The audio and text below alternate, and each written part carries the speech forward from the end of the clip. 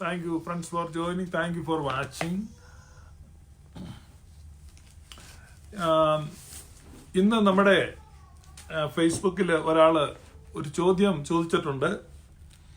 Do you believe in hyper grace? That is a question. അതിനെ മറുപടി കൊടുത്തു. God's grace is not lukewarm. നീ ഉഷ്ണവാനായിരിക്കുക, അല്ലെങ്കിൽ ശീതവാനായിരിക്കുക, ശീതോഷ്ണവാനായിരിക്കരുത്. അപ്പൊ മാനുഷികമായിരിക്കുന്ന സങ്കല്പത്തിൽ ദൈവത്തിന്റെ ഗ്രേസ്, ദൈവത്തിന്റെ കൃപ, ആ കൃപയെ മനസ്സിലാക്കുന്നത് ഒരു പരിധി വരെ മാത്രം മനുഷ്യനെ സഹായിക്കുന്ന, മനുഷ്യന്റെ രക്ഷ, ഞങ്ങൾ തന്നെ രക്ഷ സമ്പാദിച്ചു കൊള്ളാം, എന്നാൽ ഒരല്പം സഹായം മാത്രം ദൈവത്തിന്റെ മതി എന്നുള്ള മനുഷ്യന്റെ ധാർഷ്ട്യം. ആ ധാർഷ്ട്യത്തിൽ നിന്നാണ് ദൈവത്തിന്റെ കൃപയെ വില കുറച്ച് കാണുന്നത്. സോ ദൈവത്തിന്റെ കൃപ അത് എക്സ്ട്രാവാഗൻസ് ഓഫ് ഗോഡ്, ദൈവത്തിന്റെ ധൂർത്താണ് കാണുന്നത്. കാരണം ധൂർത്തനായ പുത്രന്റെ കഥ, അല്ലെങ്കിൽ മുടിയനായ പുത്രന്റെ കഥ എന്നൊക്കെയാണ് നമ്മൾ കേൾക്കുന്നതെങ്കിലും യേശു വാസ്തവത്തിൽ പറഞ്ഞത് ഒരു ധൂർത്തനായ പിതാവിന്റെ കഥയാണ്. അപ്പോൾ ധാരാളിത്തമുള്ള, സ്നേഹത്തിൽ ധാരാളിത്തമുള്ള, കൃപയിൽ ധാരാളിത്തമുള്ള, സ്നേഹത്തിന്റെ സ്വഭാവത്തിൽ അങ്ങേയറ്റം ഹൈപ്പർ ആയിരിക്കുന്ന, ഒട്ടും മീഡിയം ലെവലിലല്ല ദൈവത്തിന്റെ സ്നേഹമോ കൃപയോ നിൽക്കുന്നത്.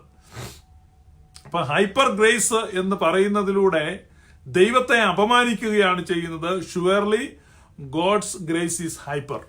അപ്പം ദൈവത്തിന്റെ കൃപ ഹൈപ്പർ അല്ലെന്ന് പറയുന്നതിലൂടെ ദൈവ സ്വഭാവത്തെ, പ്രവാചകന്മാരും ക്രിസ്തുവും നമുക്ക് വരച്ച് കാണിച്ച ദൈവ സ്വഭാവത്തെ അധിക്ഷേപിക്കുകയാണ്. അതുകൊണ്ട് ദൈവത്തിന്റെ grace it is hyper, it is very much hyper. അപ്പൊ അപ്പോസ്തലനായ പൗലോസ് ശ്ലീഹ 2 കൊരിന്ത്യർ 6-ാം അധ്യായം, കൊരിന്ത്യർക്ക് എഴുതിയ 2-ാം ലേഖനം 6-ാം അധ്യായം 1-ാമത്തെ വാക്യം. അപ്പൊ വിശുദ്ധ പൗലോസ് ശ്ലീഹ കൊരിന്ത്യർക്ക് എഴുതിയ 2-ാമത്തെ ലേഖനം 6-ാം അധ്യായം 1-ാം വാക്യം. നിങ്ങൾക്ക് ദൈവത്തിന്റെ കൃപ ലഭിച്ചത് വ്യർത്ഥമായി തീരരുത് എന്ന് ഞങ്ങൾ സഹപ്രവർത്തിക്കാരായി നിങ്ങളെ പ്രബോധിപ്പിക്കുന്നു. നിങ്ങൾക്ക് ദൈവത്തിന്റെ കൃപ ലഭിച്ചത് വ്യർത്ഥമായി തീരരുത് എന്ന് ഞങ്ങൾ സഹപ്രവർത്തിക്കാരായി നിങ്ങളെ പ്രബോധിപ്പിക്കുന്നു. What a waste it is to see less in grace than what God has done. അപ്പൊ ദൈവം ചെയ്തതിനേക്കാൾ കുറവാണ് നിങ്ങളിൽ കാണുന്നതെങ്കിൽ, അല്ലെങ്കിൽ നിങ്ങൾ ഗ്രഹിക്കുന്നതെങ്കിൽ, അല്ലെ ദൈവം തന്നതിനേക്കാൾ കുറവാണ് നിങ്ങൾ ഗ്രഹിക്കുന്നതെങ്കിൽ, അത് ഒരു വലിയ ദുരന്തമാണ്. അതൊരു വ്യർത്ഥമായി തീരുന്ന അനുഭവമാണ്. അതാണ് നിങ്ങൾക്ക് ദൈവത്തിന്റെ കൃപ ലഭിച്ചത് വ്യർത്ഥമായി തീരരുത് എന്ന് പറഞ്ഞത്. അപ്പൊ അതിലെ അപകടം എന്താണ്? ദൈവത്തിന്റെ കൃപയെ പൊലിപ്പിച്ച് കാണിക്കുന്നതല്ല, വലിപ്പപ്പെടുത്തി കാണിക്കുന്നതല്ല അപകടം, അതിനെ ചുരുക്കി കാണുന്നതാണ് അപകടം. അപ്പോൾ ഇന്നത്തെ ക്രിസ്തീയ ലോകത്ത് സ്വീകാര്യമായ ഉപദേശ നിലപാട് എന്ന് കണക്കാക്കുന്നത് അത്രയ്ക്കൊന്നും പോകണ്ട, ദൈവത്തിന് അത്രയും കൃപയില്ല, ദൈവത്തിന് അത്രയും സ്നേഹമില്ല എന്ന് പറഞ്ഞ് അടക്കി നിർത്തുന്ന ഒരു കാഴ്ചയാണ് നമ്മൾ കാണുന്നത്. അത് അപകടമാണെന്നാണ് അവിടെ പൗലോസ് ശ്ലീഹ പറയുന്നത്. മറിച്ച് ദൈവത്തിന്റെ കൃപയെയോ ദൈവത്തിന്റെ സ്നേഹത്തെയോ എത്രയധികം വർണ്ണിച്ചാലും, എത്രയധികം ഉയർത്തിയാലും, എത്രയധികം വിപുലപ്പെടുത്തിയാലും അത് തെറ്റല്ല. അത് നിശ്ചയമായും ദൈവത്തിന് യോജിക്കുന്നതാണ്. ദൈവത്തിന്റെ കൃപ അളവറ്റതാണ്, അത് പരിമിതിയില്ലാത്തതാണ്, അളവ് കൂടാത്തതാണ്. അപ്പോൾ എക്സാഗ്രേറ്റ് ചെയ്യുന്നതല്ല, അണ്ടർ എസ്റ്റിമേറ്റ് ചെയ്യുന്നതാണ് അപകടം. So don't underestimate God's grace, don't underestimate God's love. ദൈവത്തിന്റെ സ്നേഹത്തെ, ദൈവത്തിന്റെ കൃപയെ നമ്മൾ ഒരിക്കലും അണ്ടർഎസ്റ്റിമേറ്റ് ചെയ്യരുത്, അതിനെ ചുരുക്കി കാണരുത്. നമ്മൾ ഏറ്റവും ഒരു സാധ്യതയും ഇല്ലാത്തടത്ത് യേശുവിനെ കാണാൻ കഴിയുന്നതാണ് നമ്മുടെ കണ്ണുകൾ തുറക്കപ്പെട്ടു എന്നതിന്റെ അടയാളം. ഒരു സാധ്യതയും ഇല്ലാത്തടത്ത്, നമ്മൾ കഴിഞ്ഞ ദിവസം നടന്ന സംവാദം ശ്രദ്ധിച്ചവർക്കറിയാം.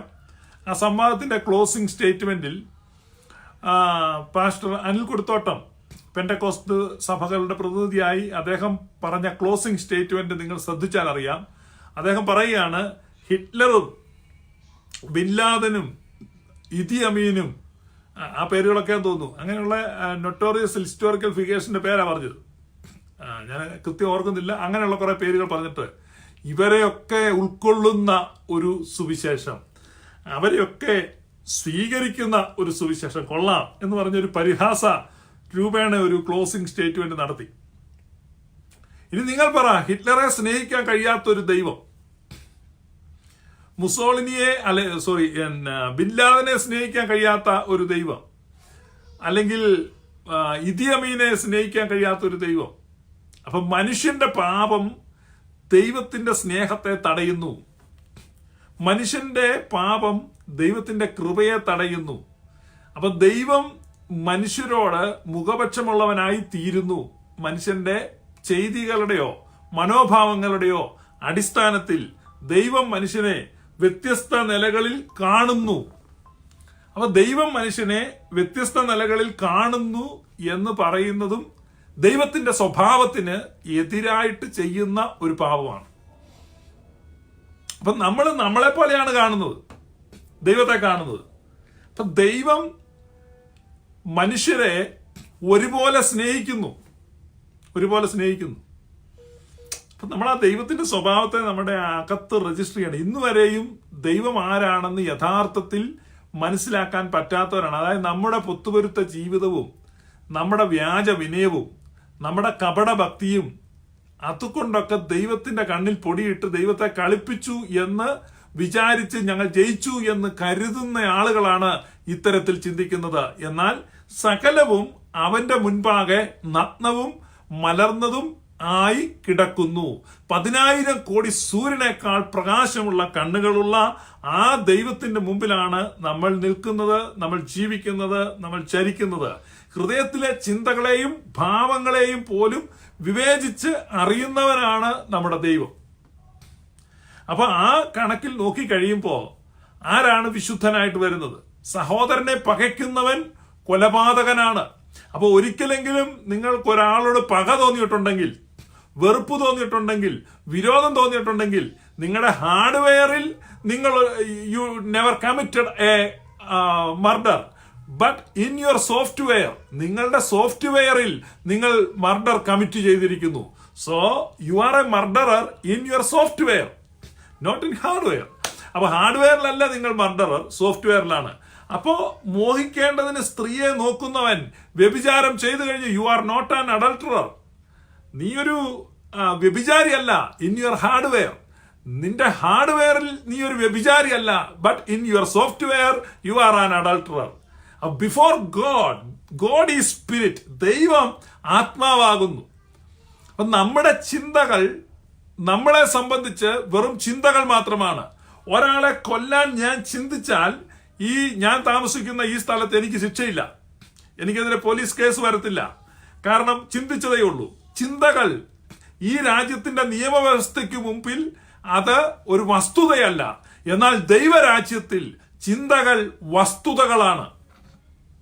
ദൈവത്തിന്റെ മുമ്പിൽ ചിന്തകൾ യാഥാർത്ഥ്യങ്ങളാണ്. കാരണം ദൈവം ആത്മാവാണ്. അതുകൊണ്ടാണ് പറഞ്ഞത്, മോഹിക്കേണ്ടതിന് സ്ത്രീയെ നോക്കുന്നവൻ വ്യഭിചാരം ചെയ്തു കഴിഞ്ഞു. അന്യന്റെ മുതൽ ആഗ്രഹിക്കുന്നവൻ മോഷണം ചെയ്തു കഴിഞ്ഞു. ഒരാളെ പകയ്ക്കുന്നവൻ കൊലപാതകം ചെയ്തു കഴിഞ്ഞു. കാരണം ദൈവം ഹാർഡ്വെയറിനെ മാത്രമല്ല നോക്കുന്നത്, ദൈവം സോഫ്റ്റ്വെയറിനെയാണ് പരിശോധിക്കുന്നത്. അവന്റെ മുഖമോ പൊക്കമോ നോക്കരുത് എന്ന് പറഞ്ഞാൽ അവന്റെ ഹാർഡ്വെയറിനെ നീ നോക്കരുത്. നീ എന്ത് ചെയ്യണം? യഹോവയായ ദൈവം ഹൃദയങ്ങളെ പരിശോധിക്കുന്നു. അപ്പം ദൈവം നോക്കുന്നത് ഹാർഡ്വെയർ എങ്ങനെയുണ്ടെന്നല്ല, അതിന്റെ സോഫ്റ്റ്വെയർ എങ്ങനെ ഇരിക്കുന്നു. അപ്പൊ ഇന്ന് നിന്റെ സോഫ്റ്റ്വെയറിനെയാണ് നീ നോക്കുന്നത്, അവരെ ഹാർഡ്വെയറിനെയാണ് പരിശോധിക്കുന്നത്. അപ്പൊ ഹാർഡ്വെയറിൽ നീ പാപിയല്ല. ഏറെക്കുറെ പൊത്തുപൊരുത്തം. അപ്പൊ ഏറെക്കുറെ നീ ഒരു വിശുദ്ധനാണ് ഹാർഡ്വെയറിൽ. But what about in software? അപ്പൊ സോഫ്റ്റ്വെയറിൽ നോക്കുമ്പോ അപ്പോസ്തലനായ പൗലൂസ് സോഫ്റ്റ്വെയറിൽ റൺ ചെയ്തിട്ട് പൗലൂസ് റോമാലേഖനം എഴുതുമ്പോ കൂലി എടുത്തിട്ട് എഴുതി, no difference, all have sinned and come short of glory. എന്ന് പറഞ്ഞാൽ ഈ ലോകത്തുള്ള എല്ലാ മനുഷ്യരുടെയും സോഫ്റ്റ്വെയർ റൺ ചെയ്തപ്പോൾ എല്ലാവരും ആ ഇരുട്ടിലാണ്. All have sinned and come short of glory, no difference, ഒരു വ്യത്യാസവുമില്ല.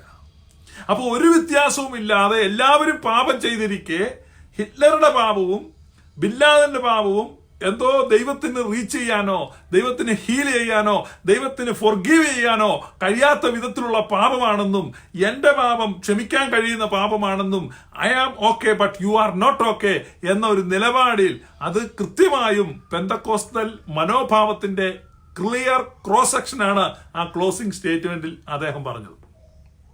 ഞാനും അങ്ങനെ ചിന്തിച്ചിരുന്ന വ്യക്തിയാണ്. അതുകൊണ്ട് ഞാൻ അതിന് എതിര് പറയുന്നില്ല. ആ ചിന്ത ശൈലിയിൽ നിന്ന് പുറത്തു വരുവാൻ ഞാൻ നിങ്ങളോട് ആവശ്യപ്പെടുന്നതാണ്. അതിന് നിങ്ങൾ ട്രൈ ചെയ്യാൻ തുടങ്ങുക. നിശ്ചയമായും പരിശുദ്ധാത്മാവിന്റെ സഹായമില്ലാതെ ഒരിക്കലും ആ മൈൻഡ് സെറ്റിൽ നിന്ന് പുറത്തു വരാൻ കഴിയത്തില്ല. ആ മൈൻഡ് സെറ്റിൽ നിന്ന് പുറത്തു വരുന്നതാണ് സാൽവേഷന്റെ ബിഗിനിങ്. അതാണ് രക്ഷയുടെ ആരംഭം. രക്ഷയുടെ ആരംഭം എന്ന് പറഞ്ഞാൽ സ്വയനീതീകരണമാണ്. സ്വയനീതീകരണം. അപ്പോൾ നമ്മൾ ഏറ്റവും മോസ്റ്റ് അൺലൈക്ലി പേഴ്സണിൽ ക്രൈസ്റ്റിനെ കാണുക. മോസ്റ്റ് അൺലൈക്ലി പേഴ്സണിൽ ക്രൈസ്റ്റിനെ കാണുക. ഞാൻ പറഞ്ഞല്ലോ, നമുക്കിപ്പോ ക്രിസ്തു, നമ്മളൊരു ബിഷപ്പിനെ കാണുകയാണ്. ആ ബിഷപ്പ് ആ വെസ്റ്റ്മെന്റ്സ് ഒക്കെ ധരിച്ച് ധൂപക്കുറ്റിയുടെ പരിമള ധൂപത്തിന്റെ ഒക്കെ അകമ്പടിയിൽ നല്ല സംഗീതത്തിൽ നല്ല നിറമുള്ള ഒരു മദ്ബഹായിൽ ഒക്കെ ഇങ്ങനെ നിൽക്കുന്ന സമയത്ത് നമ്മൾ ആ ബിഷപ്പിനെ നോക്കും. നമുക്ക് ആ ബിഷപ്പിൽ ക്രൈസ്റ്റിനെ കാണാൻ പറ്റും.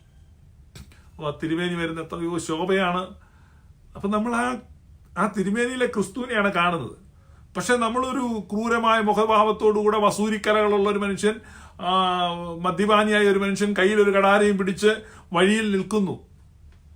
നമുക്ക് അയാളിൽ ഒരിക്കലും ക്രൈസ്റ്റിനെ കാണാൻ കഴിയത്തില്ല. കാരണം നമ്മൾ ഒരിക്കലും അയാൾ ക്രൈസ്റ്റിനെ കാണാൻ ആഗ്രഹിക്കുന്നില്ല. നമ്മൾ ഒരിക്കലും അയാളിൽ ക്രൈസ്റ്റിനെ കാണാൻ പരിശ്രമിക്കുന്നില്ല. നമ്മൾ ഒരിക്കലും അയാളിൽ ക്രൈസ്റ്റ് ഉണ്ടാകുമെന്ന് ചിന്തിക്കുന്നുമില്ല. It is the most unlikely person. If when you can see Christ in that unlikely person, he may be a criminal.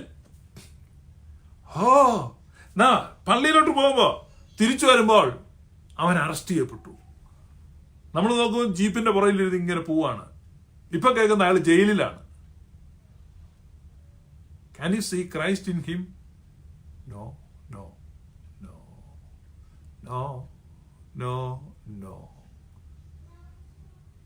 ക്രിസ്തുവിന്റെ വചനങ്ങൾ നമ്മുടെ കാതുകളിൽ മുഴങ്ങാണ്.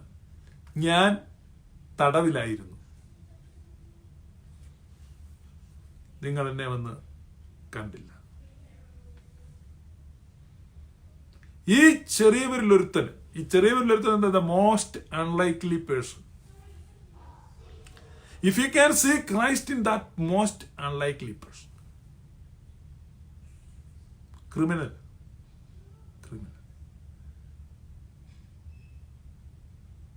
തണുത്ത് വിശന്ന് തളർന്ന് തണുത്ത രാത്രിയിൽ തളർന്നു വന്ന ഒരു മുൻ കുറ്റവാളിക്ക് അഭയം കൊടുത്താണ് ബിഷപ്പ്. ചൂട് സൂപ്പും ബ്രെഡും കൊടുത്ത് അത് കഴിച്ച് അവിടെ പായയിൽ കിടന്ന നേരം വെളുക്കുമ്പോൾ അവിടെയുള്ള വളരെ വില കൂടിയ വെള്ളി കൊണ്ട് തീർത്ത മെഴുകുതിരിക്കാലുകൾ മോഷ്ടിച്ചവൻ കടന്നു കളഞ്ഞു. അധിക ദൂരം പോകാൻ പറ്റിയില്ല. പോലീസുകാരുടെ പിടിയിലായി. പോലീസുകാർ കയ്യോടെ പിടിച്ചു. ഈ മെഴുകുതിരിക്കാലുകളുമായി അറസ്റ്റ് ചെയ്യപ്പെട്ട പ്രതിയുമായി ബിഷപ്പ് ഹൗസിന്റെ മുമ്പിൽ പോലീസുകാർ വന്നു. ഇതിവിടെ നിന്ന് മോഷ്ടിച്ചാണെന്ന് ഇവൻ പറയുന്നു. ബിഷപ്പ് പറഞ്ഞു, അല്ല, ഞാനത് അവന് കൊടുത്തതാണ്. എന്ത് ഇത്രയധികം വിലയുള്ള വെള്ളി കൊണ്ടുള്ള മെഴുതിരിക്കാൽ അങ്ങ് ഇയാൾ കൊടുക്കാൻ ഇയാൾ അങ്ങയുടെ ആരാണ്? അവൻ എന്റെ സഹോദരനാണ്. വിക്ടർ ഹ്യൂഗോയുടെ പാവങ്ങൾ, ലാം റാബ്ലയ്ക്കകത്ത് എഴുതിയിരിക്കുകയാണ്. ഫ്രഞ്ച് പേരാണ്. ഇംഗ്ലീഷ് വന്നപ്പോൾ ജീൻ വാൽജിൻ ആണ് നമുക്ക് പരിചയമുള്ള പേര്. ജീൻ വാൽജിൻ. അപ്പൊ ജീൻ വാൽജീനെ സ്വന്തം സഹോദരനായിട്ട് ആ ജീൻ വാൽജീനിൽ ക്രിസ്തുവിനെ കാണുവാൻ ആ ബിഷപ്പിന്റെ കണ്ണ് തുറക്കപ്പെട്ടു. അവിടെയാണ് പെന്റക്കോസ്തൽ ലോകം വഴിമുട്ടി നിൽക്കുന്നത്. Unbelievably a good news. It is unbelievably a good news. അതാണ് നമ്മുടെ സംവാദകൻ അനിൽക്കുടത്തോട്ട് ചോദിച്ചത്. നിങ്ങളുടെ gospel, yes, it is not my gospel, it is the gospel of Jesus Christ, the glorious gospel of Jesus Christ. Once you believe in that gospel, you will start to see Christ in everyone. എല്ലാവരിലും ക്രിസ്തുവിനെ കാണുവാൻ നിങ്ങൾക്ക് കഴിയും, എല്ലാവരിലും. അപ്പൊ ആ 2 കൊരിന്ത്യർ 6-ാം അധ്യായം, പ്രസാദകാലത്ത് ഞാൻ നിനക്ക് ഉത്തരമരുളി, രക്ഷാദിവസത്തിൽ ഞാൻ നിന്നെ സഹായിച്ചു എന്ന് അവൻ അരുളി ചെയ്യുന്നുവല്ലോ. 5-ാം അധ്യായത്തിൽ തൊട്ടു പുറകിലത്തെ 3-4 വാചകങ്ങൾക്ക് മുമ്പ് പൗലോസ് എഴുതിയിരിക്കുന്നത് എന്താണെന്നറിയാമോ? ഒരുത്തൻ ക്രിസ്തുവിലായാൽ അവൻ പുതിയ സൃഷ്ടിയാകുന്നു, പഴയത് കഴിഞ്ഞു പോയി, ഇതാ അത് പുതിയതായി തീർന്നിരിക്കുന്നു. അതിനൊക്കെയും ദൈവം തന്നെ കാരണഭൂതൻ. അതിനൊക്കെയും ദൈവം തന്നെ കാരണഭൂതൻ. ഇന്നലെ നമ്മുടെ ആ സംവാദത്തിൽ ക്ലോസിംഗ് സ്റ്റേറ്റ്മെന്റ് നിങ്ങൾ പരിശോധിച്ചാൽ നമ്മുടെ രക്ഷയുടെ കാരണഭൂതൻ നമ്മൾ തന്നെയാണെന്ന് ബഹുമാന്യ പാസ്റ്റർ അനിൽക്കുടത്തോട്ടം പറയുന്നുണ്ട്. നിങ്ങൾ ആ ഭാഗം പോയി ശ്രദ്ധാപൂർവം പ്ലേ ചെയ്ത് നോക്ക്. നമ്മളാണ് കാരണഭൂതൻ എന്ന് പറയുന്നുണ്ട്. ഒരിക്കലും നമ്മളല്ല, ദൈവമാണ് കാരണഭൂതൻ. അതിനൊക്കെയും ദൈവം തന്നെ കാരണഭൂതൻ. അവൻ നമ്മെ ക്രിസ്തു മൂലം തന്നോട് നിരപ്പിച്ചു. നിരപ്പിന്റെ ശുശ്രൂഷ ഞങ്ങൾക്ക് തന്നിരിക്കുന്നു. ദൈവം ലോകത്തിന് ലംഘനങ്ങളെ കണക്കിടാതെ ലോകത്തെ ക്രിസ്തുവിൽ തന്നോട് നിരപ്പിച്ചു പോന്നു. ഈ നിരപ്പിന്റെ വചനം ഞങ്ങളുടെ പക്കൽ ഭരമേൽപ്പിച്ചിരിക്കുന്നു. അപ്പൊ ദൈവം ലോകത്തിന് ലംഘനങ്ങളെ കണക്കിടുന്നില്ല. ദൈവം കണക്കിടാത്ത ലംഘനങ്ങളെ കണക്കിടുവാൻ നമ്മൾ ആരാണ്? ദൈവം ലോകത്തിന്റെ ഒരു പാപത്തെയും കണക്കിടുന്നില്ല. അതിന്റെ കാരണം, behold the lamb of God who takes away the sins of this world. ഈ ലോകത്തിന്റെ മുഴുവൻ പാപത്തെ ചുമന്നൊഴിക്കുന്ന ദൈവത്തിന്റെ കുഞ്ഞാട്. ആ കുഞ്ഞാടുള്ളത് കൊണ്ട് ദൈവം ലോകത്തിന്റെ പാപത്തെ കണക്കിടുന്നില്ല. അപ്പൊ ദൈവം കണക്കിടാത്ത പാപങ്ങളെ നമ്മൾ എന്തിനാണ് കണക്കിടുന്നത്?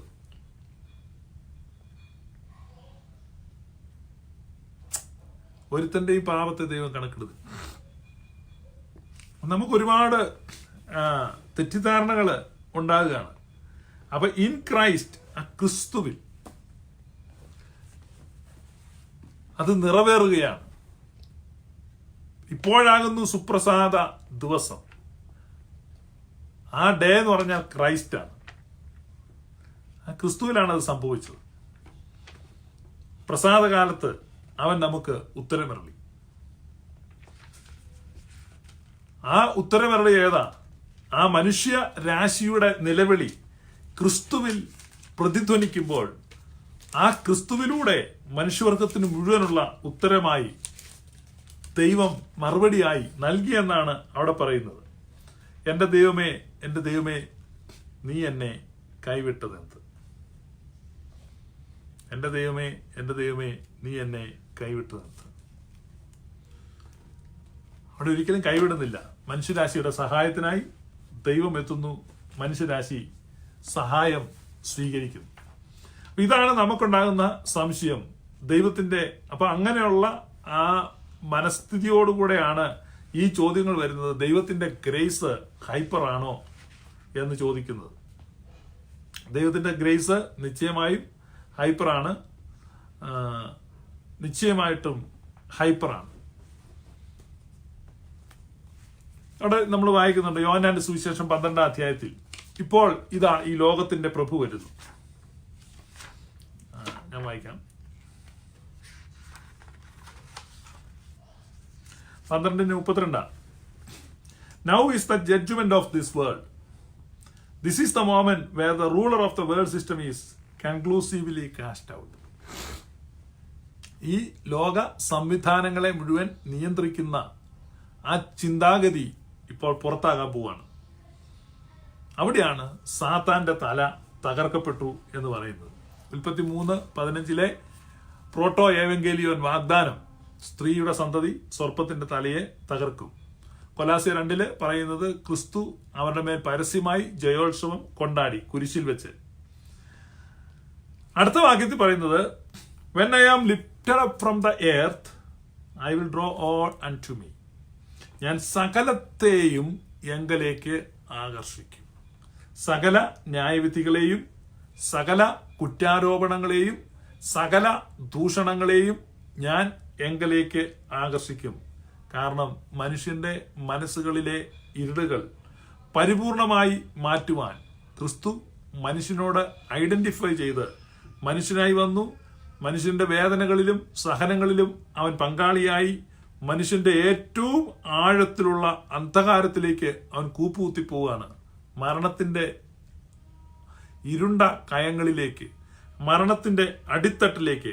ആ മരണത്തിന്റെ അടിത്തട്ടിൽ നിന്ന് നമ്മൾ ഹോശേയ പ്രവചനത്തിൽ നിന്ന് കഴിഞ്ഞ ദിവസം വായിച്ചതുപോലെ ആ 3-ാം ദിവസം അവൻ നമ്മെ എഴുന്നേൽപ്പിച്ചു. അവൻ എഴുന്നേറ്റെന്നല്ല പറയുന്നത്, നമ്മെ എഴുന്നേൽപ്പിച്ചു. നമ്മുടെ ഒറിജിനൽ DNA അവൻ റിഡീം ചെയ്തു. നമ്മുടെ ഇന്നസെൻസിനെ അവൻ റിഡീം ചെയ്തു.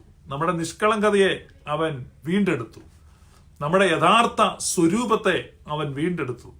സാത്താന്റെ നുണ വിശ്വസിച്ച് നഷ്ടപ്പെട്ടു പോയ ആ സ്വരൂപം, വിരൂപമാക്കപ്പെട്ട ആ സ്വരൂപം ക്രിസ്തുവിൽ വീണ്ടെടുക്കപ്പെട്ടു. നമ്മുടെ ആദാമിൽ നഷ്ടപ്പെട്ട നിഷ്കളങ്കത ക്രിസ്തുവിൽ വീണ്ടെടുക്കപ്പെട്ടു. അതുകൊണ്ടാണ് ഒരുവൻ ക്രിസ്തുവിലായാൽ അവൻ പുതിയ സൃഷ്ടി ആകുന്നു. ഒരുവൻ ക്രിസ്തുവിലായാൽ അവൻ പുതിയ സൃഷ്ടിയാകുന്നു. ഇത് എപ്പോഴാണ് ഒരുവൻ ക്രിസ്തുവിലാകുന്നത്? That is the question. എപ്പോഴാണ് ഒരുവൻ ക്രിസ്തുവിൽ ആകുന്നത്? നമ്മളത് കെയർഫുള്ളായിട്ട് വായിക്കണം. 2 കൊരിന്ത്യർ 5-ാം അധ്യായം 14-ാം വാക്യം. ക്രിസ്തുവിന്റെ സ്നേഹം ഞങ്ങളെ നിർബന്ധിക്കുന്നു, എല്ലാവർക്കും വേണ്ടി ഒരുവൻ മരിച്ചിരിക്കെ എല്ലാവരും മരിച്ചു എന്നും. ഇവിടെ നിങ്ങൾ വളരെ ശ്രദ്ധിക്കണം. കാരണം ഈ ഗ്ലോറിയസ് ഗോസ്പൽ നമ്മൾ പറയുമ്പോൾ ഈ ഗ്ലോറിയസ് ഗോസ്പലിനെതിരായിട്ട് പല വാദങ്ങളും ഉന്നയിക്കുന്നുണ്ട്. അപ്പൊ നിങ്ങൾ കെയർഫുള്ളായിട്ട് നോക്കുക. അവിടെ എഴുതിയിരിക്കുകയാണ് എല്ലാവർക്കും വേണ്ടി ഒരുവൻ മരിച്ചിരിക്കെ. അപ്പോൾ ക്രിസ്തു മരിച്ചത് ആർക്ക് വേണ്ടിയാണ്? എല്ലാവർക്കും വേണ്ടി ഒരുവൻ മരിച്ചു. ആ എല്ലാവർക്കും എന്നുള്ളത് ആർക്ക് വേണ്ടിയാണ്? അപ്പൊ നിങ്ങൾ സുവിശേഷം പറയാൻ പോകുമ്പോൾ നിങ്ങൾക്ക് വേണ്ടി ക്രിസ്തു മരിച്ചു എന്നാണ് ഒരു വ്യക്തിയോട് എന്ന് പറയുന്നത്. ആള് ഏത് മതസ്ഥനായാലും മോറൽ സ്റ്റാൻഡേർഡ് എന്ത് തന്നെ ആയാലും നിങ്ങൾ അയാളോട് പറയുന്നത് നിങ്ങൾക്ക് വേണ്ടി ക്രിസ്തു മരിച്ചെന്നാണ്. So you guys believe that Christ died for all. അപ്പോൾ ഈ ഭൂമിയിലുള്ള എല്ലാ മനുഷ്യർക്കും വേണ്ടിയാണ് ക്രിസ്തു മരിച്ചത് എന്നുള്ളതിൽ നിങ്ങൾക്ക് എതിരഭിപ്രായം ഉണ്ടാകാൻ സാധ്യതയില്ല. അങ്ങനെ എതിരഭിപ്രായമുള്ള ഉപദേശമുണ്ട്, നിങ്ങൾക്കുണ്ടാകുന്ന ഞാൻ ചോദിച്ചത്. എല്ലാവർക്കും വേണ്ടി ക്രിസ്തു മരിച്ചിട്ടില്ല എന്ന് വിശ്വസിക്കുന്ന ഉപദേശമാണ് കാൽവിനിസം. അപ്പൊ കാൽവിനിസ്റ്റിക് സോറ്റീരിയോളജി ഉണ്ട്. അപ്പൊ കാൽവിനിസത്തിലെ രക്ഷാശാസ്ത്രം അതിനകത്ത് പറയുന്നത് atonement is not for all. ഈ ക്രിസ്തുവിന്റെ മരണം എല്ലാവർക്കും വേണ്ടി അല്ലായിരുന്നു. It was for a limited audience. ഒരു പ്രത്യേകം തിരഞ്ഞെടുക്കപ്പെട്ട കുറച്ചു പേർക്ക് വേണ്ടി മാത്രമേ ക്രൈസ്റ്റ് മരിച്ചുള്ളൂ. അതിനെയാണ് ലിമിറ്റഡ് അറ്റോൺമെന്റ് എന്ന ഉപദേശം. ലിമിറ്റഡ് അറ്റോൺമെന്റ് എന്ന് നമ്മുടെ ബ്രദറൻകാര് അതാ വിശ്വസിക്കുന്നത്. ബ്രദറൻ സഭക്കാരുണ്ട്. പക്ഷെ പെന്തക്കോസ്തുകാർ വിശ്വസിക്കുന്ന എല്ലാവർക്കും വേണ്ടി മരിച്ചെന്നാണ്. അതുകൊണ്ട് നമ്മളിപ്പോൾ സാധാരണ പെന്തക്കോസ്തുകാരാണല്ലോ സംസാരിക്കുന്നത്. അപ്പൊ നിങ്ങൾ അതിനെ തിരിച്ചാ വിശ്വസിക്കുന്നെങ്കിൽ പറയുക. അപ്പൊ എല്ലാവർക്കും വേണ്ടി ക്രിസ്തു മരിച്ചു. അപ്പൊ ലിമിറ്റഡ് അറ്റോൺമെന്റ് എന്നുള്ള ഉപദേശമാണ് ജോൺ കാൽവിൻ കൊണ്ടുവന്ന ഉപദേശമാണ് ലിമിറ്റഡ് അറ്റോൺമെന്റ്. അപ്പൊ അതിനകത്ത് ടോട്ടൽ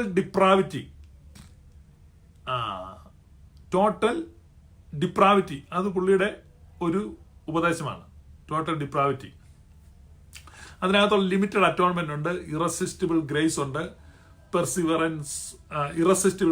പെർസിവറൻസ് ഓഫ് സെയിൻസ് ഉണ്ട്. അങ്ങനെ പല ഉപദേശങ്ങളാണ്.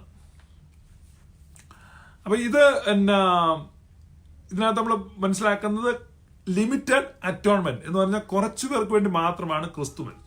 അപ്പൊ നമ്മളിവിടെ കാൽവിനിസം ആരും വിശ്വസിക്കുന്നില്ലാത്തത് കൊണ്ട് എല്ലാവർക്കും വേണ്ടി ഒരുവൻ മരിച്ചു.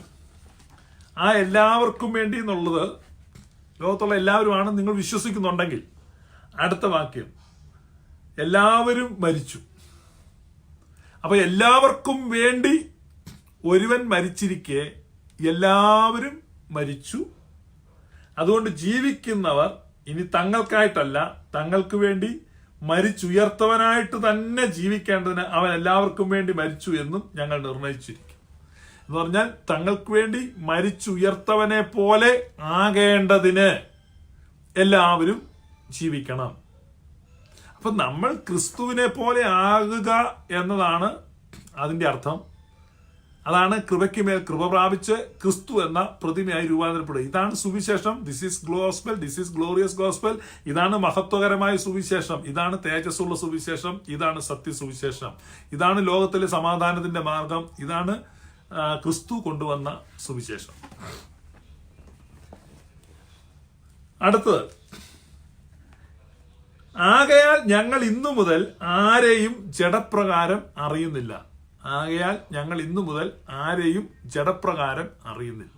ജഡപ്രകാരം അറിയുക എന്ന് പറഞ്ഞാൽ നോവിങ് ബൈ ഹാർഡ്വെയർ.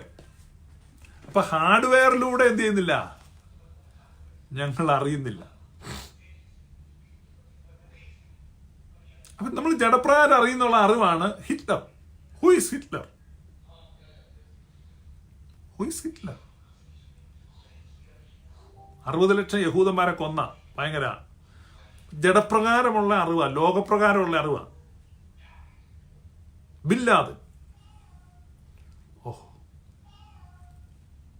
അടുത്തത് ഇദി അമീൻ. ജഡപ്രകാരമുള്ള അറിവാ. അപ്പൊ ജഡപ്രകാരമുള്ള അറിവിൽ നമുക്ക് എന്തുണ്ടാവും? വെറുപ്പുണ്ടാകും, നീരസം ഉണ്ടാകും, പകയുണ്ടാകും, നമുക്ക് ഭയങ്കര അരിശം വരും, വൈരാഗ്യം ഉണ്ടാകും. ഞങ്ങൾ ആരെയും ജഡപ്രകാരം അറിയുന്നില്ല.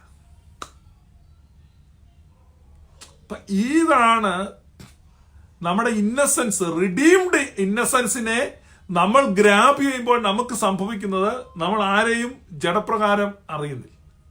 അവിടെയാണ് കൽക്കട്ട തെരുവുകളിൽ പാവങ്ങളുടെ അമ്മയായിരിക്കുന്ന മദർ തെരേസ ഭിക്ഷ യാചിച്ച് നടക്കുമ്പോൾ ഒരു ധനികനായ കച്ചവടക്കാരൻ കൈ നീട്ടിയ ആ കൈയിലേക്ക് തുപ്പി. അമ്മ ആ കൈ ചുരുട്ടി മാറ്റി. എന്നിട്ട് പറഞ്ഞു, എനിക്കുള്ളത് തന്നല്ലോ, ഇനി എന്റെ പാവങ്ങൾക്കുള്ളത് തരൂ. അടുത്ത കൈ നീട്ടി. ആ മനുഷ്യനൊന്നും ചെയ്യാൻ കഴിഞ്ഞില്ല. പൊട്ടിക്കരഞ്ഞ് ക്ഷമ പറഞ്ഞുകൊണ്ട് വലിയൊരു തുക ആ കയ്യിലേക്ക് വെച്ചു കൊടുത്തു. ആരെയും ജഡപ്രകാരം അറിയുന്നില്ല. ആരെയും ജഡപ്രകാരം അറിയുന്നില്ല. അപ്പൊ അതാണ് നമ്മൾ ക്രൈസ്റ്റിനെ കാണാൻ പറ്റുന്നത്. It is not that easy. അതൊരു ഈസി ആണെന്നോ എളുപ്പമാണെന്നോ ഓവർനൈറ്റ് സംഭവിക്കുന്നോ ഞാൻ പറയുന്നില്ല. പക്ഷെ what is Christianity? What is Christian theology? What is Christian doctrine? ഇന്നിപ്പോ ആളുകളെ കളിപ്പിക്കുന്ന സുവിശേഷം ഇന്ന് വിപണിയിൽ വിൽപ്പന ചരക്കാക്കിയിരിക്കുന്ന ആരെക്കാളും മികച്ച രീതിയിൽ അതിനെ ബ്രാൻഡ് ചെയ്യാനും വിൽക്കാനും അറിവും അതിനുള്ള കഴിവും അതിനുള്ള സാഹചര്യവും സാധ്യതയും എനിക്കുണ്ട്. ഇല്ലാഞ്ഞിട്ടല്ല, കൊതിക്കുറവ് പറയുന്നതല്ല. പലരും എന്നോട്, ഞാൻ ഈ മിനിസ്ട്രി തുടങ്ങിയ സമയത്ത് തന്നെ വന്നിച്ച് പറഞ്ഞു, എന്തിനാ ഇതിന് പോകും, നമുക്ക് ഇന്ന രീതിയിൽ. അപ്പൊ ഇവിടെ പറയുകയാണ്, സത്യം പറയുക. അപ്പൊ ഇതാണ് ട്രൂ സ്പിരിച്വാലിറ്റി, ഇതാണ് true Christianity. It is not that easy. ഇതാണ്. അപ്പം ആരെയും ജഡപ്രകാരം അറിയുന്നില്ല. ക്രിസ്തുവിനെ ജഡപ്രകാരം അറിഞ്ഞുവെങ്കിലും ഇനിമേൽ അങ്ങനെ അറിയുന്നില്ല. ഒരുത്തൻ ക്രിസ്തുവിലായാൽ അവൻ പുതിയ സൃഷ്ടിയാകുന്നു, പഴയത് കഴിഞ്ഞു പോയി, ഇതാ അത് പുതിയതായി തീർന്നിരിക്കുന്നു. ഒരുവൻ ക്രിസ്തുവിലായാൽ. ആരാണ് ക്രിസ്തുവിലാകുന്നത്? അവിടെയാണ് ചോദ്യം, ആരാണ് ക്രിസ്തുവിലല്ലാത്തത്? ഒരുവൻ ക്രിസ്തുവിലായാൽ ആരാണ് ക്രിസ്തുവിലല്ലാത്തത്? ഇപ്പൊ ക്രൈസ്റ്റ് എന്ന ഡൊമൈന്റെ പുറത്ത് ആരെങ്കിലും ഉണ്ടോ? Is there anyone outside Christ? അപ്പൊ ക്രിസ്തുവിന് പുറത്ത് ആരാ ഉള്ളത്? Who is outside that domain? അപ്പൊ നിങ്ങൾ ഇത് ഗൗരവപൂർവ്വം ചിന്തിക്കണം. റോമാലേഖനം 11 അധ്യായം നിങ്ങൾ വായിക്കണം, 33 വാക്യം. ഇതൊക്കെ പൗലൂസ് എഴുതിയിട്ട് പൗലൂസ് തന്നെ ഇടയ്ക്ക് അങ്ങ് ആശ്ചര്യപ്പെട്ടു. ദൈവത്തിന്റെ ധനം, ജ്ഞാനം, അറിവ് എന്നിവയുടെ ആഴമേ. ദൈവത്തിന്റെ ധനം, ജ്ഞാനം, അറിവ് എന്നിവയുടെ ആഴമേ. ഇപ്പോൾ ഈ ലോകത്തിന്റെ പ്രഭു വിധിക്കപ്പെട്ടിരിക്കുന്നു. ഇതാണ് ലോകത്തിന്റെ ന്യായവിധി. ഏത്? യോഹന്നാന്റെ സുവിശേഷം 12:31 യേശു പറയാണ്, now is the judgment of this world. This is glorious gospel. Glorious gospel എന്ന് പറഞ്ഞു കഴിഞ്ഞാൽ primarily it is based upon the words of Jesus Christ. Pentecostal ലോകം ഏറ്റവും അവഗണിക്കുന്ന വാക്കുകളാണ് യേശുവിൻ്റെത്. ആ യേശുവിന്റെ വാക്കുകളിൽ അടിസ്ഥാനപ്പെട്ടുള്ള സുവിശേഷമാണ് മഹത്വകരമായ സുവിശേഷം. ഞങ്ങൾ പ്രൈമറിലി യേശുവിന്റെ വാക്കുകൾ വിശ്വസിക്കുന്നു, സപ്പോർട്ടിംഗ് ആയി പൗലൂസ് ലീഹായുടെ വാക്കുകൾ വിശ്വസിക്കുന്നു. അപ്പൊ യേശുവിന്റെ വാക്കുകളിൽ നിന്നും പൗലൂസ് ലീഹായുടെ വാക്കുകളിൽ നിന്നും ചേർത്ത് ഉണ്ടാകുന്ന സുവിശേഷമാണ് മഹത്വകരമായ സുവിശേഷം. സുറിയാനി സഭയുടെ പാരമ്പര്യം നിങ്ങൾ നോക്കിക്കഴിഞ്ഞാൽ സ്ലീഹ വായിക്കുന്നു, അതിനുശേഷം ഏവങ്കേലിയം വായിക്കുന്നു. അപ്പം സ്ലീഹ വായിക്കുന്നു, പൗലൂസ് ലീഹയുടെ വാക്കുകളും ക്രിസ്തുവിന്റെ വാക്കുകളും ചേർന്ന് വരും. അപ്പൊ പൗലൂസ് ലീഹയുടെ വാക്കുകളും ക്രിസ്തുവിന്റെ വാക്കുകളും ചേർത്ത് നിങ്ങൾ പഠിക്കുമ്പോൾ നിങ്ങളുടെ കണ്ണുകൾ തുറക്കപ്പെടും. യോഹന്നാന്റെ സുവിശേഷം 12 അധ്യായം 31 വാക്യം. ഇപ്പോൾ ഈ ലോകത്തിന്റെ ന്യായവിധിയാകുന്നു.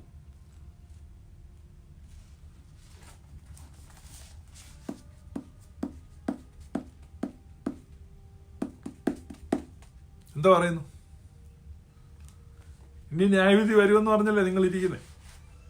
അപ്പൊ യേശു പറഞ്ഞ് വിശ്വസിക്കുന്നോ? ഇപ്പോൾ ഈ ലോകത്തിന്റെ ന്യായവിധിയാകുന്നു. ഇപ്പോൾ ഈ ലോകത്തിന്റെ പ്രഭുവിനെ പുറത്തു തള്ളിക്കളയും. ഞാനോ ഉയർത്തപ്പെട്ടാൽ ആ കുരിശിലേക്ക് ഉയർത്തപ്പെടുക, സകലത്തെയും എങ്കലേക്ക് ആകർഷിക്കും. ഇത് താൻ മരിപ്പാനുള്ള മരണവിധം സൂചിപ്പിച്ച് പറഞ്ഞതത്രേ. അപ്പോ ആ ക്രിസ്തു മരിച്ചപ്പോ എല്ലാവരും ക്രിസ്തുവിലേക്ക് ആകർഷിക്കപ്പെട്ടോ? നിങ്ങളത് കെയർഫുൾ ആയിട്ട് വായിക്കുക. എല്ലാവരും ക്രിസ്തുവിലേക്ക് ആകർഷിക്കപ്പെട്ടോ? എല്ലാവരും ഓടിപ്പോവായിരുന്നു, കൂടെ നിന്നവരോട് ഓടിപ്പോവായിരുന്നു. എന്ന് പറഞ്ഞാൽ എല്ലാവരുടെയും പാപങ്ങൾ, എല്ലാവരുടെയും തിന്മകൾ, എല്ലാവരുടെയും ഇരുട്ടുകൾ, എല്ലാവരുടെയും നിരാശകൾ, എല്ലാവരുടെയും സംശയങ്ങൾ സകലതും തന്നിലേക്ക് ആവാഹിക്കും, തന്നിലേക്ക് സാംശീകരിക്കും. ഇതാ ഈ ലോകത്തിന്റെ ന്യായവിധിയാകുന്നു. അപ്പൊ ഒരു ഇരുട്ടിൽ സാത്താൻ പറഞ്ഞ ഒരു നുണ വിശ്വസിച്ച് മലിനപ്പെട്ടു പോയ മനുഷ്യന്റെ മനസ്സിനെ, ആ മനസ്സിന്റെ നിഷ്കളങ്കതയെ വീണ്ടെടുക്കുവാൻ, മനുഷ്യന്റെ പാപത്തിന്റെ നിമിത്തം ഉണ്ടായിരിക്കുന്ന എല്ലാ കെടുതികളും സഹിച്ച്, എല്ലാ രോഗങ്ങളും വഹിച്ച്, സാക്ഷാൽ നമ്മുടെ വ്യാധികളെ അവൻ ചുമന്നു, നമ്മുടെ വേദനകളെ അവൻ വഹിച്ചു, മരണപാതാളത്തിന്റെ അടിത്തട്ടിലേക്ക് അവൻ ഊളിയിട്ട് ചെന്നു. അവിടെ നിന്ന് അവൻ ഉയർത്തെഴുന്നേറ്റു, നമ്മെയും ഉയർപ്പിച്ചു. He redeemed our innocence. അതാണ് ഈ കൊരിന്ത്യർ ലേഖനത്തിൽ പറയുന്നത്, ഒരുവൻ ക്രിസ്തുവിലായാൽ അവൻ പുതിയ സൃഷ്ടിയാകുന്നു. ആരാണ് ക്രിസ്തുവിൽ അല്ലാത്തത്? അപ്പൊ ഇത് ചിന്തിച്ചിട്ടാണ് പൗലോസ് അപ്പോസ്തലൻ അവിടെ പറയുന്നത്, ദൈവത്തിന്റെ ധനം, ജ്ഞാനം എന്നിവയുടെ ആഴമേ. ദൈവത്തിന്റെ ധനം, ജ്ഞാനം എന്നിവയുടെ ആഴമേ.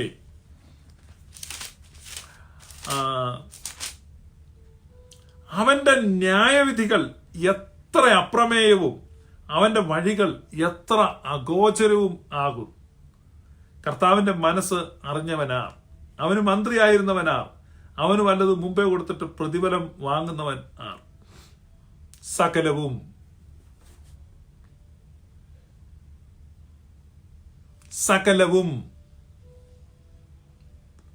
അവനിൽ നിന്നും അവനാലും അവങ്കലേക്കും സകലവും, all things are from him, through him and towards him.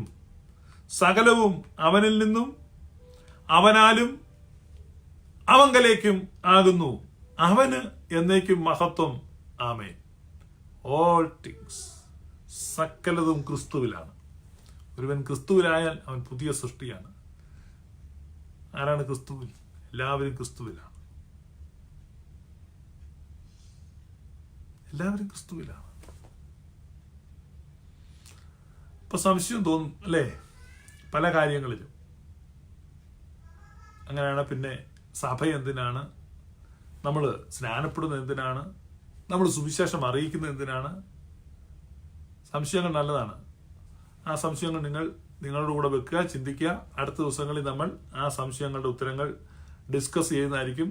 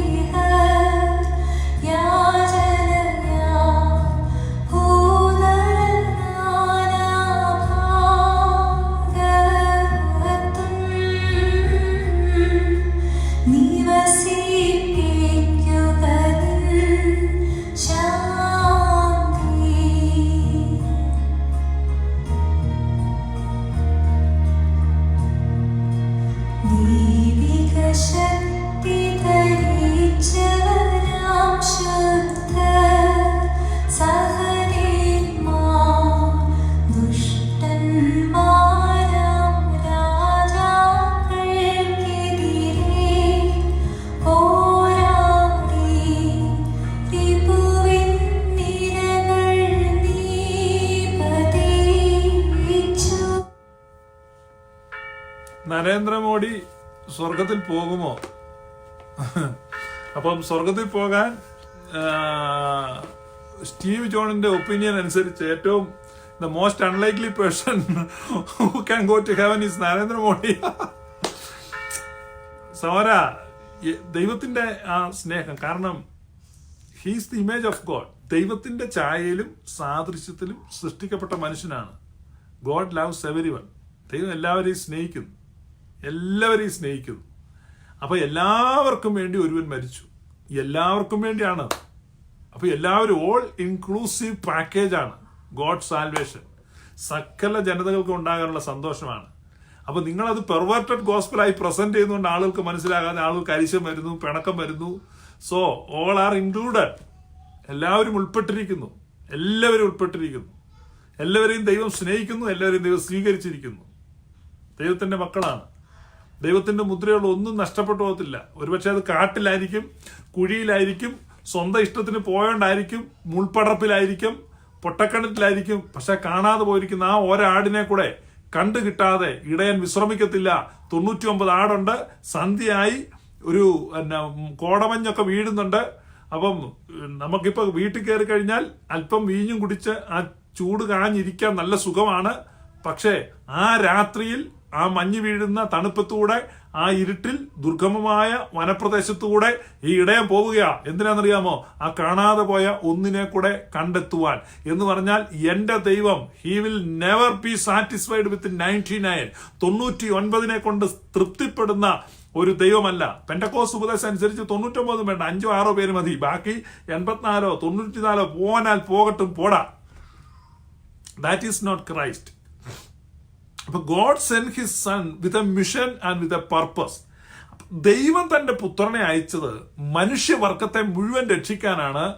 അത് 100% പെർഫെക്റ്റ് ആയിട്ട് രക്ഷിച്ചിട്ടാണ് പുത്രൻ സ്വർഗത്തിലോട്ട് പോയത്.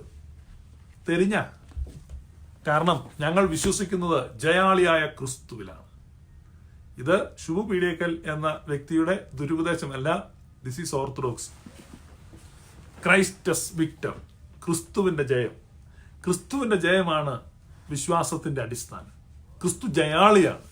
ഞങ്ങൾ വിശ്വസിക്കുന്ന ദൈവം മനുഷ്യന്റെ സഹകരണം പ്രതീക്ഷിച്ച് രക്ഷിക്കാൻ നിൽക്കുന്ന ഒരാളല്ല. He has redeemed everyone. He has redeemed the innocence of human race. മനുഷ്യവർഗത്തിന്റെ നിഷ്കളങ്കതയെ എന്റെ കർത്താവ് വീണ്ടെടുത്തിരിക്കുന്നു. അതാണ് സുവിശേഷം, അതാണ് സദ്വർത്തമാനം, അതാണ് സദ്വർത്തമാനം. ആ നിഷ്കളങ്കതയുടെ മെഡലുകളെ അവൻ അവിടെ സൂക്ഷിച്ചിരിക്കുന്നു. നിരയായിട്ട് ചെല്ലുന്നവർക്കെല്ലാം അത് കൊടുക്കും. ആ നിഷ്കളങ്കതയുടെ മെഡലുകളെ ഞാൻ ഇനി പറയുന്നില്ല എന്ന് വിചാരിച്ച ആ ഭാഗം കൂടെ ഒന്ന് പറഞ്ഞ് അങ്ങ് ക്ലോസ് ചെയ്യാം. ആ നിഷ്കളങ്കതയുടെ മെഡലുകളെ നമ്മൾ ചെല്ലുമ്പോൾ നമ്മുടെ അൺറിന്യൂഡ് മൈൻഡുമായി മാച്ച് ചെയ്യത്തില്ല. അതായത് റിഡീംഡ് ഇന്നസെൻസ് നമുക്ക് മാച്ച് ചെയ്യാതെ വരും. അപ്പൊ ആ റിഡീംഡ് ഇന്നസെൻസിനോട് നമ്മൾ മാച്ച് ചെയ്യുവാൻ ഉള്ള പരിശ്രമമാണ് ഓർത്തഡോക്സ് ലൈഫ് എന്ന് പറയുന്നത്. ഇപ്പൊ മനസ്സിലായോ? അതായത് Christ has redeemed our innocence. ക്രിസ്തു നമ്മുടെ നിഷ്കളങ്കതയെ വീണ്ടെടുത്ത് വെച്ചിരിക്കുകയാണ്. ആ നിഷ്കളങ്കതയെ നമ്മൾ ധരിക്കും. മനസ്സിലായോ? അതാണ് ഈ മർത്യമായത് അമർത്യമായതിനെ ധരിക്കും എന്ന് പറയുന്നത്. അപ്പൊ നമ്മൾ ആ ഇന്നസെൻസിനെ ധരിക്കണമെങ്കിൽ നമുക്ക് ആ ഇന്നസെൻസ് ധരിക്കാൻ ആ ഇന്നസെൻസുമായിട്ട് നമ്മൾ മാച്ചല്ല. അപ്പൊ അതുകൊണ്ട് ഇപ്പോൾ ക്രൈസ്റ്റ് റിഡീം ചെയ്തിരിക്കുന്ന ഇന്ന ഇന്നസെൻസിലേക്ക് നമ്മളെ മാച്ചാക്കണം, അനുരൂപമാക്കണം.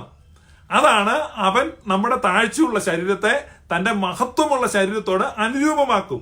ആ അനുരൂപമാക്കുന്ന പ്രവൃത്തിയാണ് കൊലാസ്യ ലേഖനത്തിൽ പൗലോസ് അപ്പോസ്തലൻ പറയുന്നത്, work out your salvation. Work out your, അതാണ് ഭയത്തോടെ നിങ്ങളുടെ രക്ഷയ്ക്കായി പ്രവർത്തിപ്പീൻ എന്ന് പറയുന്നത്. എന്ന് പറഞ്ഞാൽ ക്രൈസ്റ്റ് റിഡീം ചെയ്തിരിക്കുന്ന ഇന്നസെൻസിലേക്ക് നമ്മൾ അപ്ഗ്രേഡ് ചെയ്യപ്പെടണം. ആ അപ്ഗ്രേഡ് ചെയ്യപ്പെടുന്ന പ്രവൃത്തിയാണ് ഓർത്തഡോക്സ് ലൈഫ്. ആ ഓർത്തഡോക്സ് ലൈഫ് അതാണ്. ഒത്തിരി തെറ്റിദ്ധാരണ ഉണ്ട് ആളുകൾക്ക്. ഞാൻ അടുത്ത ദിവസം അത് കുറെ കൂടെ എക്സ്പ്ലെയിൻ ചെയ്തു തരാം. അപ്പം എനിക്ക് ഭയങ്കര സന്തോഷമാണ്. What A love it is. കാരണം നിങ്ങൾക്ക് ആ ദൈവത്തിന്റെ സ്നേഹം മനസ്സിലാകുന്നില്ല. എല്ലാവരും പേടിച്ച് ഇങ്ങനെ ഇരിക്കുകയാണ്. ഇപ്പൊ ഭയങ്കര തീക്കാറ്റ് വരുമെന്നോ, എല്ലാവരും നരകത്തിൽ. എന്റെ പ്രിയമുള്ളവർ, നമ്മുടെ he's our father. God is our father. ഇപ്പോഴും നിങ്ങളുടെ മനസ്സിൽ സംശയം, ആ യോസഫിന്റെ സഹോദരന്മാർ സംശയിച്ചു പോലെ ഇനി നമ്മുടെ പാരയെ നമുക്കിട്ട് വെച്ചാലോ? ഇത്രമാത്രം സ്നേഹിച്ചിട്ട് തന്റെ സ്വന്തം പുത്രനെ ആദരിക്കാതെ ആ പുത്രനെ നമുക്ക് വേണ്ടി തന്നവൻ, will he withhold any goodness from us?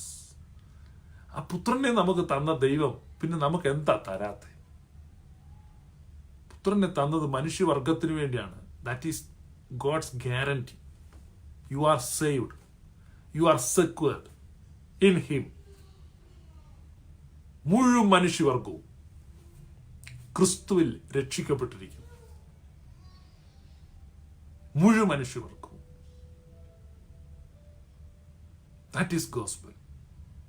അതിനൊപ്പിച്ച് നിങ്ങൾ ഇവിടെ ഇരുന്നിച്ച് ഈ രക്ഷ ഇങ്ങനെ കുപ്പിക്കകത്ത് കൊടുക്കുക, രക്ഷ കുപ്പിക്കകത്ത് റീറ്റെയിൽ നടത്തുക. നോ, ഞാൻ പല പ്രാവശ്യം പറഞ്ഞിട്ടുള്ള, കേട്ടിട്ടുള്ളവർക്ക് ബോറടിക്കും. എങ്കിലും പുതുതായി ജോയിൻ ചെയ്തവർക്ക് ഒന്നുകൂടെ പറയാം, ദൈവം മനുഷ്യർക്ക് എന്തെങ്കിലും കൊടുക്കുന്നുണ്ടെങ്കിൽ അത് മുഖപക്ഷമില്ലാതെ കൊടുക്കും. നിങ്ങളുടെ പഞ്ചായത്തിൽ സൂര്യൻ ഉദിക്കുമ്പോൾ അത് ദുഷ്ടന്മാരുടെ മേലും നീതിമാന്മാരുടെ മേലും ഒരുപോലെ ഉദിക്കും. മഴ പെയ്യുമ്പോൾ അത് നല്ലവർക്കും കെട്ടവർക്കും ഒരുപോലെ പെയ്യും. നമുക്ക് ആ വ്യത്യാസം, ദൈവത്തിന് വ്യത്യാസമില്ല. അപ്പൊ ദൈവം കൊടുക്കുന്നത് സാർവത്രികമായി സൗജന്യമായി കൊടുക്കും. അപ്പൊ ദൈവത്തിന്റെ ദാനം എപ്പോഴും സൗജന്യമായിരിക്കും. ദൈവത്തിന്റെ ദാനമാണ് മഴ, അത് സൗജന്യമാണ്, നമുക്ക് ബില്ല് വരത്തില്ല. പക്ഷെ നമ്മൾ വാട്ടർ കണക്ഷൻ എടുത്താൽ മാസം തോറും ബില്ല് വരും. ദൈവത്തിന്റെ ദാനമാണ് വെളിച്ചം, അതിന് ബില്ല് വരത്തില്ല. പക്ഷെ നമ്മൾ ഇലക്ട്രിസിറ്റി എടുത്ത് വീട്ടിൽ ലൈറ്റ് കത്തിച്ചാൽ ബില്ല് വരും. ദൈവത്തിന്റെ ദാനമാണ് വായു, അത് സൗജന്യമാണ്, ബില്ല് വരത്തില്ല. പക്ഷെ ഹോസ്പിറ്റലിൽ പോയി നമ്മൾ ഓക്സിജൻ സിലിണ്ടർ മൂക്കെ ഘടിപ്പിച്ചാൽ ബില്ല് വരും. അപ്പം ദൈവത്തിന്റെ ദാനമായിരിക്കുന്ന വെളിച്ചം, വായു, വെള്ളം. അപ്പം വെളിച്ചം, വായു, വെള്ളം ഇതെല്ലാം ദൈവം സൗജന്യമായിട്ടാണ് കൊടുക്കുന്നത്. പക്ഷെ മനുഷ്യൻ അതിനെ റീറ്റെയിൽ ചെയ്ത് ബില്ല് മേടിക്കും. Electricity board, water authority, hospital system. അതുപോലെ ദൈവത്തിന്റെ രക്ഷ സാർവത്രികവും സൗജന്യവുമാണ്. അത് കൊടുത്തിരിക്കുന്ന എല്ലാവർക്കും. പക്ഷെ മതങ്ങൾ അതിനെന്ത് ചെയ്യും? റീറ്റെയിൽ ചെയ്യും, കുപ്പിയിലാക്കും, വെള്ളം കുപ്പിയിലാക്കും, വായു സിലിണ്ടറിലാക്കും, കറണ്ട് ബാറ്ററിയിലാക്കും, കാശ് വാങ്ങും, കച്ചവടമാക്കും. പക്ഷേ ദൈവത്തിന്റെ രക്ഷ സൗജന്യമാണ്, സാർവത്രികമാണ്. This is glorious gospel. Thank you for listening. അടുത്ത ദിവസങ്ങളിൽ കൂടുതൽ വിശദീകരണങ്ങളുമായി, കൂടുതൽ വാക്യങ്ങളുടെ എക്സ്പ്ലോറേഷനുമായി നമ്മൾ വീണ്ടും വരും. സ്വാർത്ഥവാദ സംഘം മുന്നോട്ട്. Thank you for watching. May God bless you.